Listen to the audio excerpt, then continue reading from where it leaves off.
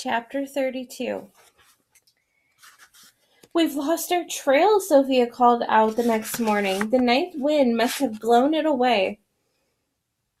But we can still turn back." She had climbed a tall ice pillar and was looking at the tracks leading back to the camp, which were deeper and somewhat visible. Flora tried not to show the panic in her heart as she stretched and sniffed around for a clue. Surely they weren't defeated after just one day. Turn back? Then I want to find that crazy sick dog and the boy who wouldn't listen to his captain. If I turn around, you'd better stick with me, Pig. You couldn't find an iceberg if you were standing on it. I could if I had a friend who told me to look down. She looked up at Sophia and noticed something. The block of ice Sophia had been standing on had been scraped, and there was a line at the height of Flora's head, as well as another mark at the same height that a little further ahead. "Tracks!" she called up. "You're looking in the wrong place. Tracks are on the ground. Alaric's not the most experienced driver, and I think the sides of the sled might have bumped in the chunks of ice here and there. See if you can spot any more scrapes." Sophia glanced in the direction Flora was looking, and then hopped down. You're right for once. From up there, I can tell which direction they were heading." Flora grinned. Let's keep moving, Cat. I found the iceberg. Now you find our friends." Sophia stepped into the lead, occasionally leaping to the top of the ice mound to check her course. 2 hours later, they found a spot where Oscar and Alaric had spent the night. Alaric had made a small fire, and a few bits of charcoal could be seen in the snow. They were almost through a field of giant broken ice by now. Sophia climbed to the top of one last pillar. "Flat country ahead," she shouted.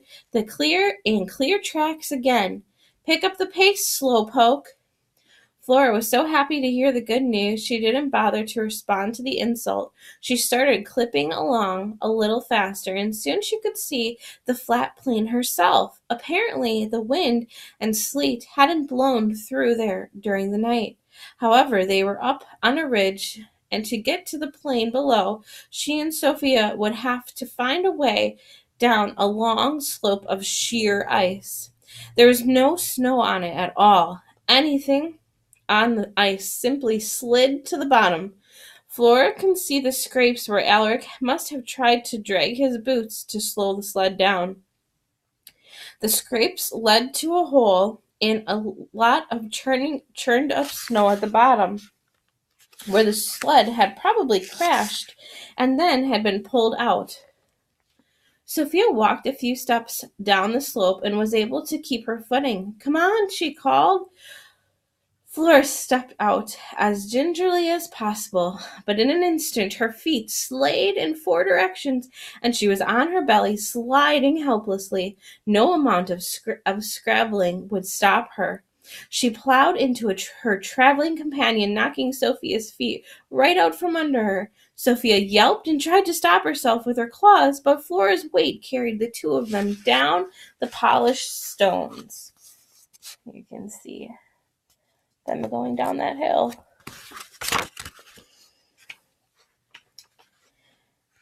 They struck the soft snow at the bottom with a plop close to where Alaric's sled had landed.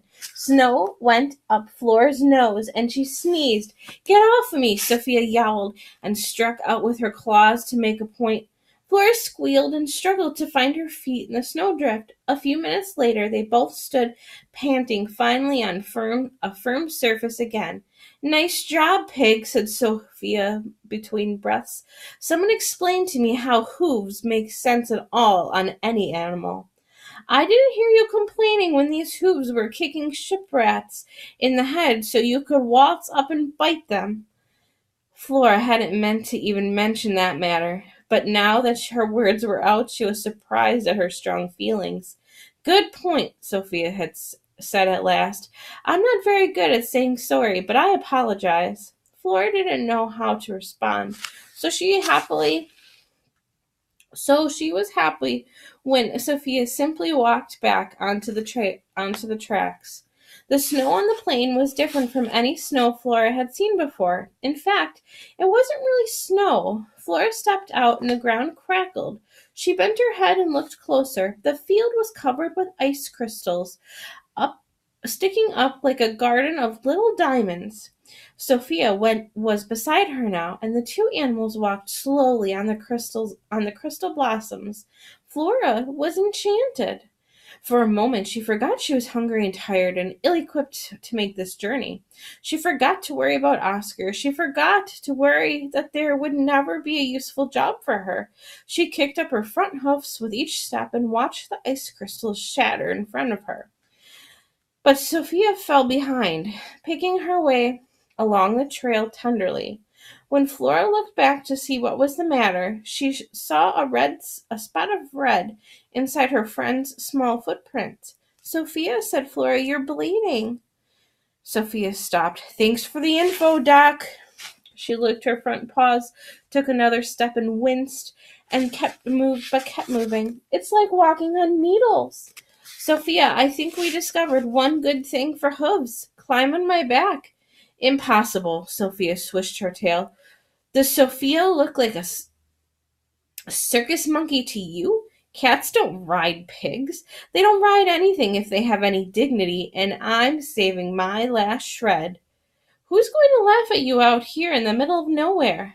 "I don't care. Sophia is no monkey, and you're no pony, thank you." Flora planted herself in front of Sophia. "I know cats like to be independent and everything," she said, "but you're going to hurt your paws, and then I'm really going to have to take care of you." The tip of Sophia's tail twitched back and forth. "I suppose. But if you say a word of this to anyone—" "I won't, I promise." Sophia leaped easily onto Flora's broad back. Flora looked out at the two smooth lines of sled tracks. They seemed to go on forever, but the sun was shining and the trail ahead was clear. Her spirits lifted and she took her first few steps. "Hey, watch the claws, Sheriff," Flora said. "You're digging them right through my coat and into my skin." "Well then, don't walk so bumpy," snapped Sophia. Flora slowed down and tried to smooth out her walk. "I wonder how Oscar was able to keep going in this stuff." "Dog booties. Alec was sewing some out of the leather the night before they left. I think he got the idea from the sailors. All the other dogs had them." The tracks in the front of them led out in a straight line that went on for hours. Finally, the ice crystals gave way to snow that was deeper and more powdery. Sophia hopped down and walked lightly across the surface. They churned up snow between the sled tracks, showed that Oscar and Alec had to work hard to keep moving forward through the powder. Flora also found the going tough, even after the land flattened. Her hooves sank down until her jacket was dragging in the snow. She could no longer walk. Instead, she had to leap forward, charging through it. Every third leap, she had to stop and catch her breath. Sophia studied her. "I don't think this is working." "Just go ahead," Flora panted. "You can go faster without me. When you catch up with them, let them know I'm coming." Sophia paused for a moment and then, without a word, pranced away. Flora watched until she disappeared, then tried to struggle on, but there was no more leap in her. All she could do was flounder in the right direction, and she got more and more exhausted. And each time she stopped, she imagined Sophia getting closer and further ahead. She began to talk to herself to find strength, never out of options. With each stroke of her leg, Flora repeated the word Luna had taught her so long ago, and then she added a phrase: "Cats may have 9 lives, but pigs don't give up." She worked like this until the light began to fade. Finally, Flora had to get some rest. A cave was easy to make here. All she had to do was flop down and wiggle her body about. As she rested her head, she felt the soft feathers of fresh snowflake land on her snout. Flora thought for a moment that the snowfall might be bad news, but she was too tired to be concerned.